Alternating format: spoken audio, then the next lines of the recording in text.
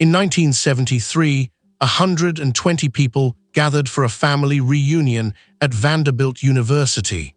They shared the most famous name in American money, and not one of them was a millionaire. Just 3 generations earlier, their family had been the richest in the United States, richer at one point than the US government itself. This is the story of how the greatest fortune in America simply disappeared. And it is the clearest lesson in money there is. Making a fortune and keeping a fortune are 2 completely different skills. The Vanderbilts mastered the first and forgot the second. It began with one man, Cornelius Vanderbilt. Born poor on Staten Island, he quit school at 11 and started with a single small boat, ferrying passengers across New York Harbor. They called him the Commodore. He was ruthless, tireless, and brilliant. He built a shipping empire, then tore into the railroads until he controlled the iron arteries of a growing nation. He drove his rivals into the ground, slashing his fares until they collapsed, then buying up whatever was left. Every dollar of it he made himself. When he died in 1877, Cornelius Vanderbilt was worth around $105 million, more money than was held in the entire United States Treasury. He was, by far, the richest man in America. The question was no longer how to make the money, it was whether anyone could hold on to it. The Commodore understood something most rich families never learn. A fortune divided is a fortune destroyed. So he did something almost cruel.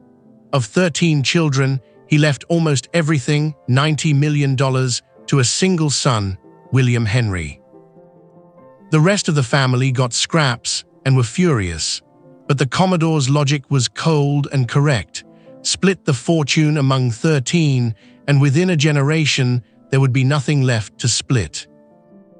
And the bet paid off. William Henry was no idle heir. In under a decade, he nearly doubled the fortune his father left him to around $200 million. 2 generations in, the Vanderbilt fortune was the largest the country had ever seen. And then it reached the grandchildren. Here is the hinge of the whole story. The Commodore made the money. William Henry grew it, but the 3rd generation had only ever known how to spend it. Making wealth and inheriting wealth are not the same thing. One teaches you its value, the other never does. The grandchildren entered a contest that money cannot win, the race for status, and they fought it with the only weapon they had, staggering, competitive spending. On 5th Avenue in New York, they built a row of palaces so grand the street was nicknamed Vanderbilt Row. One mansion alone had 130 rooms. In Newport, Rhode Island, they built summer cottages that were anything but. The Breakers, marble house, millions of dollars in marble alone for a house used a few weeks a year. One Vanderbilt threw a single costume ball so lavish it stunned the city, staged in part just to force the family into New York's high society. None of it produced a single dollar. A mansion is not an investment. It is a hole you pour money into forever. And then there was Biltmore, George Vanderbilt's estate in North Carolina, 250 rooms on 125,000 acres, the largest private house in America to this day. It was a monument to a fortune. It was also a financial sinkhole that drained money for decades and barely ever turned a profit. Biltmore alone needed an army of servants and an entire village to run. It was less a home than a private kingdom, and kingdoms are ruinously expensive to keep. They were not investing their inheritance. They were burning it beautifully. The hunger for status reached its peak in 1895, when the family did something telling. They used the fortune to buy a title. Young Consuelo Vanderbilt was forced by her mother to marry the Duke of Marlborough. Millions of Vanderbilt dollars flowed across the ocean to prop up the Duke's crumbling English palace. In exchange, the family got a coronet and a daughter who did not love the man she married. Think about what that money was doing. It was not building, not compounding, not creating. It was being converted into prestige, the one thing in the world that pays no dividends. Meanwhile, the arithmetic was turning against them.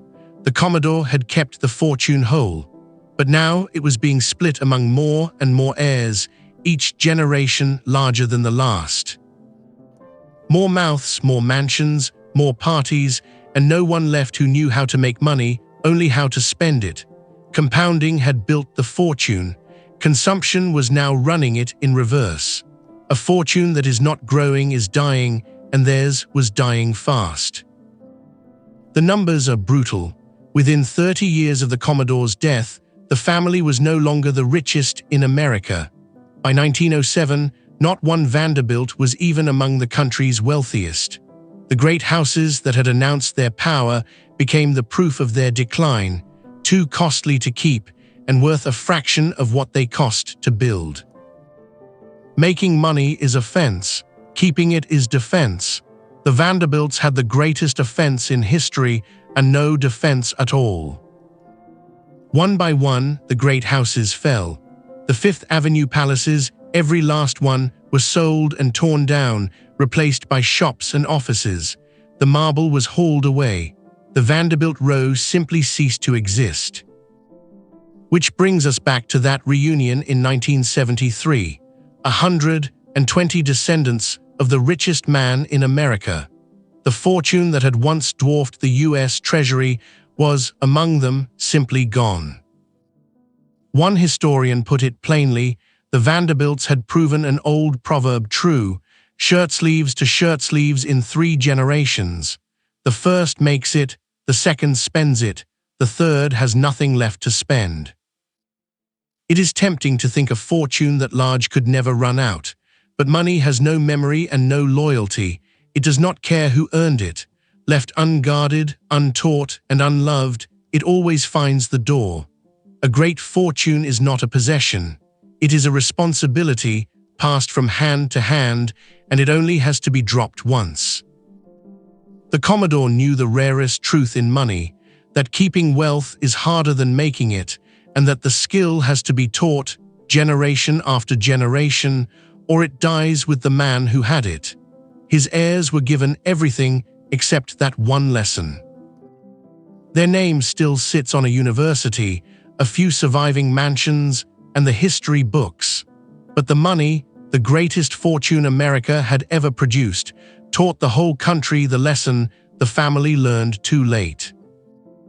Anyone can be handed a fortune. Almost no one knows how to keep one. The number in your account, like the Vanderbilt's millions, is only ever as safe as the habits that guard it. If this changed how you think about wealth, the rest of the channel will too. I'm the measure of treasure. Subscribe, and I'll tell you another.